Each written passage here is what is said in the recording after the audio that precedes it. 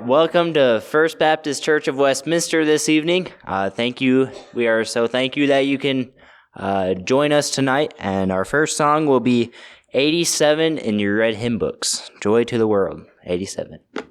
And if you're willing and able, please stand.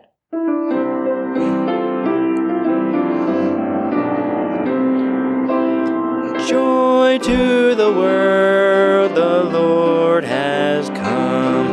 Earth receive her King. Let every heart prepare him room, and heaven and nature sing, and heaven and nature sing, and heaven and nature sing. Joy to the earth, the Savior reigns. Let men their songs employ, while fields and floods, rocks, hills, and plains repeat the sounding joy, repeat the sounding joy, repeat the sounding joy. No more the sins and sorrows grow, nor thorns infest the ground. He comes to make his biddings flow, far as the curse is found, far as the curse is found, far as the curse is found. He rules the world with truth and grace, and makes the nation prove the glories of his righteousness, and wonders of his love, and wonders of his love, and wonders of his love. Thank you. You may be seated.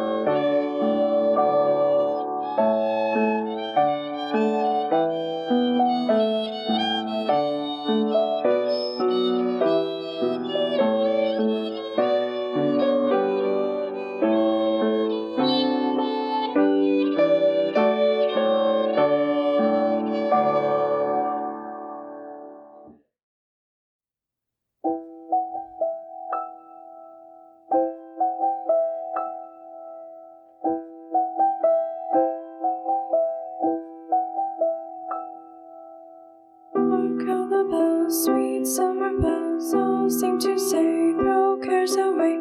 Christmas is here, bringing good cheer to young and old, meek and the bold. Ding dong, that is their song. With joyful ring, all caroling, one seems to hear words of good cheer from everywhere, filling the air. Oh, how they pound, raising their sound, o'er hill and dale, telling their tale. Gaily they ring while people sing songs of good cheer. Christmas is here. Merry, merry, merry, merry Christmas. Merry, merry, merry, merry Christmas. On they send, on without end, their joyful tone to every home.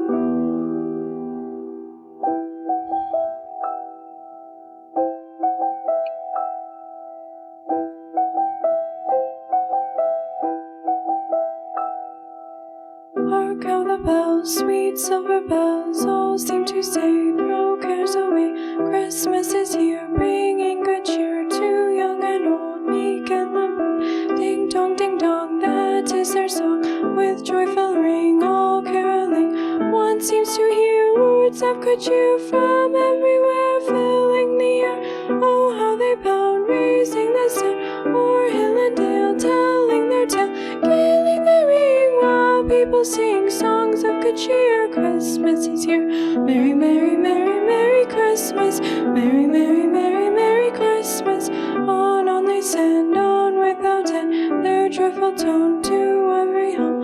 On they send, on without end, their joyful tone to every home.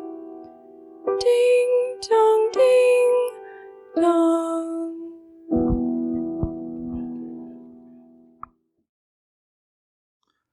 I heard the bells on Christmas Day, their old familiar carols play, and wild and sweet the words repeat of peace on earth, goodwill to men. I thought how, as the day had come, the belfries of all Christendom had rolled along the unbroken song of peace on earth, goodwill to men. And in despair I bowed my head. There is no peace on earth, I said, for hate is strong and mocks the song of peace on earth, goodwill to men. Then pealed the bells, more loud and deep. God is not dead, nor doth he sleep. The wrong shall fail, the right prevail, with peace on earth, goodwill to men. Till ringing, singing on its way, the world revolved from night to day, a voice, a chime, a chant sublime, of peace on earth, goodwill to men. Bells have been a part of Christmas Day for hundreds of years, dating back to the Middle Ages and beyond. Why are bells associated with Christmas? Traditionally, bells were used as a form of communication for the town to announce the arrival of an important individual, of an upcoming important event, or to signal a gathering to receive an urgent message. As you heard in the poem by Henry Wadsworth Longfellow, the bells rang to remind us of a very important event, the birth of Christ. The Bible gives us an account of Christ's birth in the book of Luke, beginning in chapter 2, verse 1. It says, "And it came to pass in those days that there went out a decree from Caesar Augustus, that all the world should be taxed. All went to be taxed, everyone into his own city. And Joseph also went up from Galilee, out of the city of Nazareth into Judea, unto the city of David, which is called Bethlehem, to be taxed with Mary his espoused wife, being great with child. And so it was that while they were there, the days were accomplished that she should be delivered. And she brought forth her firstborn son, and wrapped him in swaddling clothes, and laid him in a manger, because there was no room for them in the inn."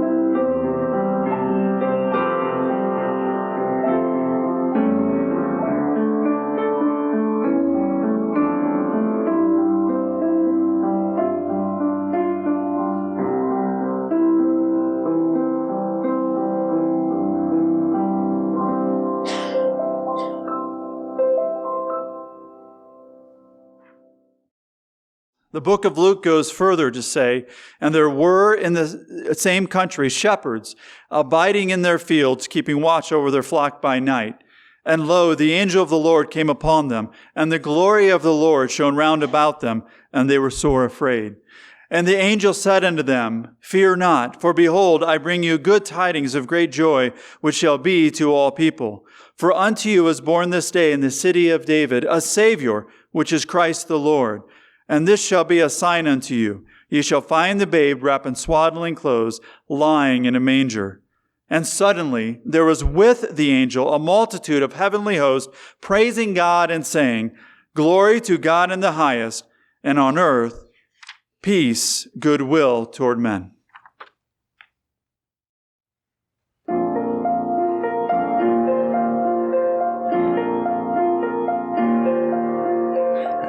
Darkness settled on Bethlehem town. The travelers were tired and worn. There a stable sheltered them all through the night, and Jesus the Christ was born. All the angels sang heaven's praises ring, and the stars shone glorious and bright. A new age had come with the birth of God's Son, for everything changed that night. As the shepherds gathered to worship the child, beholding the wondrous sight, hope and joy had come through the gift of God's Son, and everything changed that night. All the angels sang heaven's praises ring, and the stars shone glorious and bright. A new age had come with the birth of God's Son, for everything changed that night. Lift up your voice, let us rejoice, everything changed.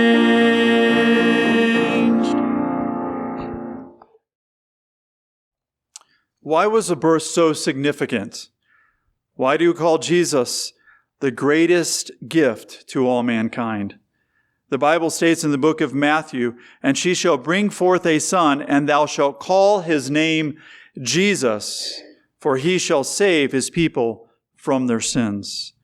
Every person is a sinner, and the price for sin is eternal separation from God in hell. Christ came to earth to pay the price for our sins by his death on the cross, to be our Savior, so that we can have the hope of eternal life. The Bible says, For God so loved the world that he gave his only begotten Son, that whosoever believeth in him should not perish, but have everlasting life. Because Jesus came to earth to be our Savior, to be the Savior for all mankind, he is the greatest gift of all.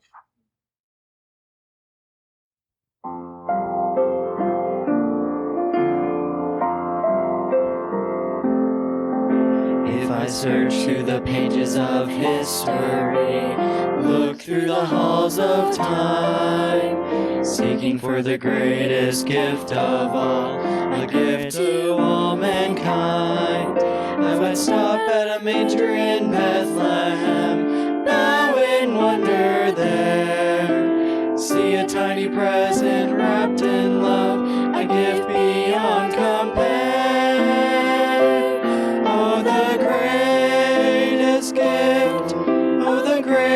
Gift of all, sent from a loving Father in the form of a child so small, all the wealth of heaven's splendor wrapped up in a child so tender. Oh, the greatest gift in all the world is Jesus.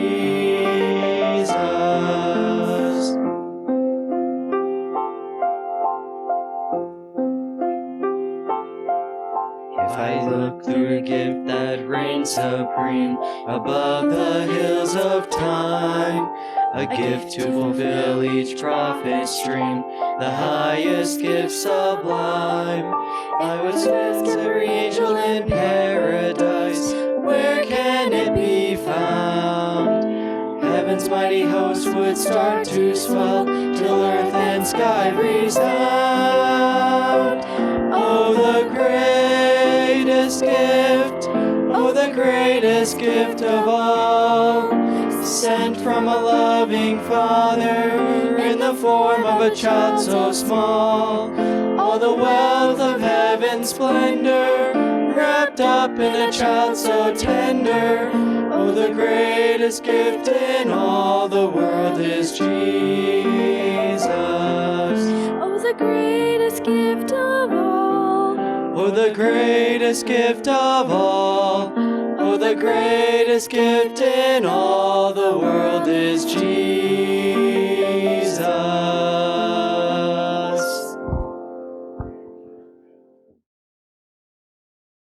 A gift, as you see here, is worthless unless it has been opened by the recipient. God's gift of Jesus Christ is offered to all, but we must receive the gift. Have you received the gift from God, the greatest gift of all? At this time, Alex is going to come and wrap up and apply what you just heard in song. Alex. I'll get situated real quick. Christmas. We all know it as the season of giving. We know next week that when we come together with friends and family, we'll be exchanging gifts. Probably a lot of them. For some, it could be a sad time. But for most people, it's a very happy time. This is a time of rejoicing. It's a time to celebrate the birth of our Christ. Well, the greatest gift, that's kind of been our theme tonight, is talking about gifts. And the opening illustration I have is this gift right here. Let's say this represents salvation. Jesus Christ, when he died on the tree, he gave us a gift that only we could open if we accepted it. When it comes time to Christmas, when Christmas does come around, when you see this present or when you have a present, you don't just let it sit under the tree, do you? Christmas comes around and you want to open that. You want to rip up the wrapping paper to shreds. You're probably going to have mountains of trash and wrapping paper and all this stuff all over the floor. I know that's what it looks like at our house. Maybe not for you, but this present, you don't leave presents underneath the Christmas tree just for decorations. You want to know what's inside. That's the point of a present. That's the point of a gift. A gift is giving someone something and not expecting anything in return. You see in Luke, we'll be in Luke 2. I'll read, my dad, I'm sure he'll be covering this very soon as he works through the book of Luke. But verses 13 and 14 says, "And suddenly the angel was with multitude of the heavenly host, praising God and saying, 'Glory to God in the highest, and on earth peace, goodwill towards men.'" Receiving the gift of salvation, Christ came to be born. Now this is a very familiar story to all of us. I'm sure you've heard it many times. But Christ's birth was one of the most remarkable things in human history. It's referenced that there are close to over 350 prophecies about the coming Messiah in the Bible, in the Old Testament, talking about the Christ. The statistics in Sunday school, Mr. Summers was talking about the statistics a while ago. It is nearly impossible for even at least 5 of those to actually be fulfilled by one person. It was remarkable. Sometime I'll have to pull up the numbers for you if you asked him. I'm sure he'd find it. It's almost impossible. 350 prophecies. Well over 350 prophecies about our coming Messiah. It's remarkable what he went through, especially how lowly he had to come down, to be brought, to be humbled, to come down to save us from our sins. Christ came, or he was born to die. That's a very popular song in choir. It's one of my favorites. Born to die. And it reminds me of the love that Christ has for us and that Christ had for all of us. John 3:16, we referenced it earlier, Mr. Summers, when he was reading the presentation. God so loved the world that he gave his only begotten Son, that whosoever believeth on him shall not perish, but have everlasting life. God sent his Son to come down to be the gift, to all mankind. Receiving the gift. Romans 6:23, it says, "For the wages of sin is death, but the gift of God is eternal life through Jesus Christ our Lord." Christ loved us so much that he sacrificed himself, had to be a pure, spotless sacrifice to fulfill our wickedness as we have inherited from Adam, and then the present sin that we commit in our lives every single day. Christ was thinking of us on the tree. Going through the Romans road, we've done a lot of salvation theories and talking and stuff in Sunday school. I really have come away with a huge blessing from that. But the Romans road kind of ties up this gift of salvation. It's basically three things: admit, believe, and receive. Receive the gift. That's the next step of salvation. I'm sure that many of you have already taken that step in opening the gift, but so many people haven't.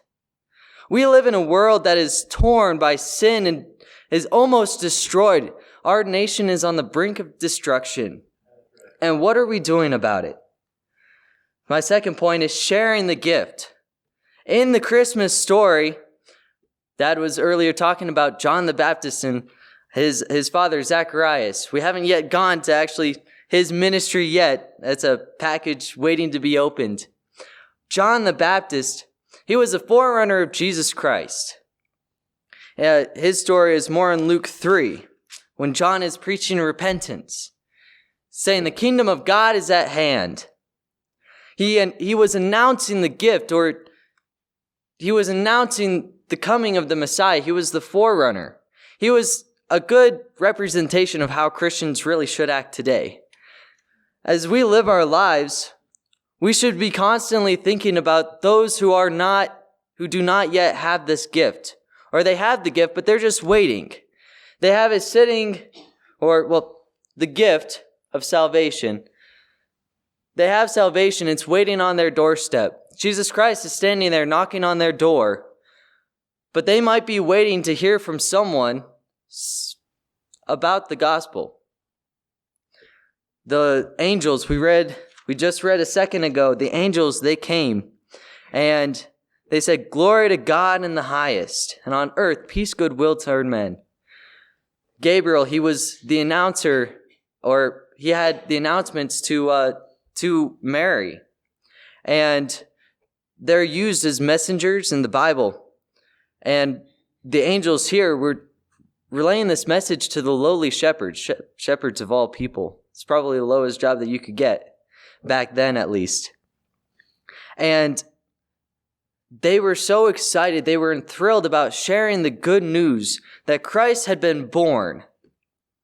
And the shepherds' reaction, you can read later that they found the Messiah. And it's a beautiful story. Unfortunately, I'm crammed with time. But as we see the angels and John the Baptist in this passage, they announced Jesus Christ coming. And that should be what Christians should do. Us as Christians, when we have opened that box and we have received the gift of salvation, we now have a new step. In Matthew 28:19, I'll read it there. I'll go there and read it for you. Most of you probably know this by heart. 28:19 and 20, it says, "Go ye therefore and teach all nations, baptizing them in the name of the Father, the Son, and the Holy Ghost, teaching them to observe all things whatsoever I commanded you. And lo, I am with you always, even unto the end of the world. Amen." As a Christian, when we open the package, when we open the gift of salvation, when we have received that gift, we now have a great commission. We're told, "Go ye therefore to teach all nations," to baptize them in the name of the Father, Holy Ghost. And there are two types of teaching in this passage. There's teach all nations, and then there's teaching them to observe. There are different connotations. One is referring to leading them, giving them the gospel in a sense, giving them the gospel, sharing the good news to them. And then the other teaching is talking about discipleship. I want to challenge you guys, or my church family here. If you have not received the gift, now would be a great night to do it. We don't know what tomorrow holds. We don't know if we're going to make it home tonight or not. We don't know if we have the next 5 years. We don't know if we have 30 years. And time is but a vapor. I know that when I am older, I want to look back on my life and I want to share with my kids. I want to show them what God has done with my life and say that, sure, I made some mistakes here, but God has still loved me and I have still tried my best to serve him through everything. And I want to challenge you. Are you sharing that gift? If you have already received this, are you being a witness for Christ? Something else that was mentioned in Sunday school that I almost think of every day is don't wait for opportunities. Waiting for opportunities is like looking at a closed door and hoping it'll just magically open. If you look for opportunities, it could be in the local Wendy's that you go to for lunch. It could be standing in line at the grocery store. It could be talking with a customer. I have plenty of illustrations of talking with customers, and honestly, a lot of people are hurt. They really do want to hear that good news. We just need to take the step of faith and trust God that what we're doing will fulfill a greater need. Maybe even it'll plant a seed in their heart, and that'll grow and hopefully be watered, and it won't die out. But look for those opportunities to share the gospel. Don't wait for them. That's pretty much all I have for today. As for my devotional piece, as we wrap up, the final challenge is if you haven't received the greatest gift of all, the gift of salvation, now would be a great time to do it. Same for, are you sharing that gift? This gift is something that we shouldn't be selfish for. It should be something that we shouldn't be ashamed of. This is the greatest gift in all the world. We should be ready to give this gift at a moment's notice, to share the gospel.